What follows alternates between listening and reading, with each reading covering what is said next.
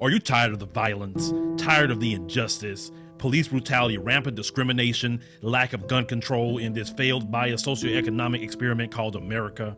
Or maybe you need a break from the relentless grind and want to regain control of your destiny, your wealth, your health, and your purpose. DiversifiedGame.com has the right course for you. Prepare for my first trip to Africa. Looking to reconnect with your roots, start a new business, or just a fresh start. Africa, aka the motherland, is waiting. Don't let the Chinese and the Mzungus have the fun and also take over the motherland.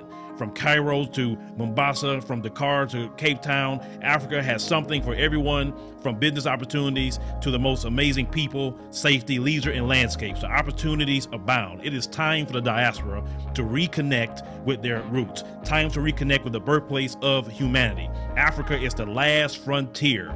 Get your head in the game and reclaim your legacy. The writing is on the wall. Babylon is falling. Give up the stress, grind, and violence inflicted on our people on this continent and prepare for a journey of restoration enjoyed by connecting with the land of your ancestors. Check out our new course and kick off your adventure at DiversifiedGame.com.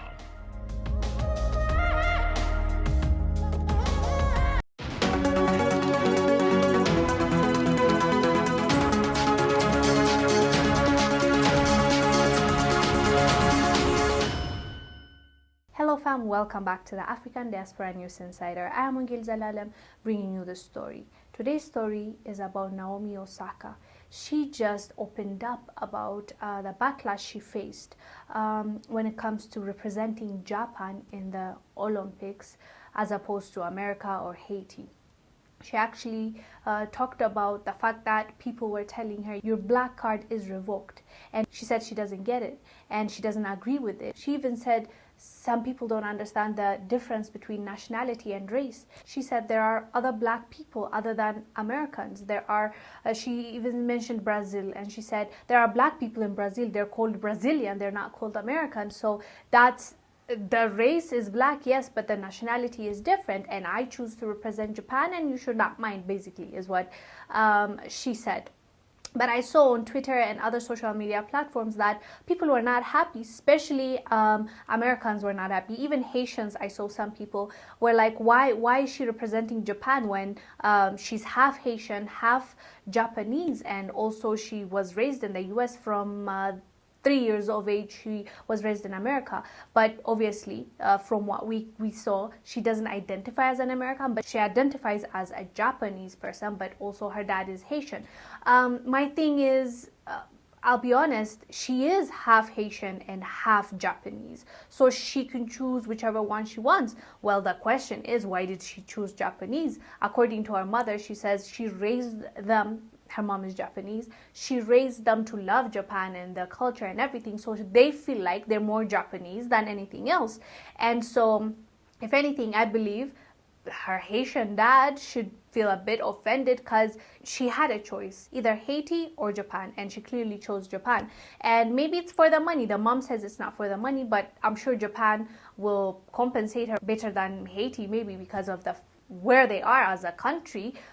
Japan is doing way better than Haiti. I don't know. But all I know is she was raised by her mom. Like, what do people expect? She is Japanese, half Japanese. And if your mom raised you and all she told you was, or showed you is Japanese culture, you're Japanese, you're that, like, you will identify more with the Japanese side. And that's what she did. So I don't know why people thought she would represent America, because I don't think she's ever talked about that. From what I heard her say, she said, I've always thought I would represent Japan, and she even gave up her American citizenship to take the Japanese so that she represents them in 2019. And she's been playing under the Japanese flag since she was 14. So this girl obviously was telling everyone, I am Japanese, but people, I guess, didn't want to believe it. I don't know what the case is, but definitely she was not ashamed of that. She said, I am Japanese. So you are the one that has a problem, not me. She does not identify as an American. And I think that's her choice, you know. Her mom is Japanese, her dad is Haitian. She could have picked between the two, but clearly she didn't want the Haitian side. She chose the Japanese side. she chose that. When people tell you they want to identify as something, just believe them, allow them, let them be. You should not let it bother you that much or get worked up over it. That's her choice. Let her do her. It is what it is. At the end of the day, she's the second best, right? The first one, if I'm not wrong, is Serena. Or did she? I don't know. I keep saying I'm not into sports, but I know Serena is the greatest, and she's American, and she's African American. She's a black girl, so there's that. Serena is proud and black. So let's stick with someone that is interested and that wants to claim their heritage and their race. Let's not just push that on people. That's my opinion. But at the end of the day, people have the right to not like what she decided, and she has every right not to like what people are saying about her. So there's no winning at this. I think Japan is winning because this girl is good. And if she's representing Japan, Japan wins. As I said, it's her choice. I have nothing else to say. But you guys, let us know down below what your thoughts are about her choosing Japan. Are you mad that she didn't choose America or Haiti? Or you're like, she's half Japan, so either ways, that's her choice, and that's half of who she is. Let us know down below. I am Wongel Zelalem bringing you the story. I will see you on the next one. Bye.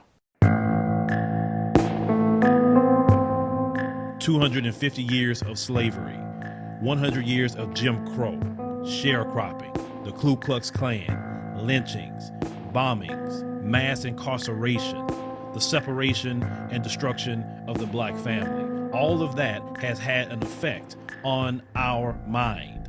Our mind needs to be decolonized. We today are experiencing mental slavery, not physical slavery as once our ancestors had to endure.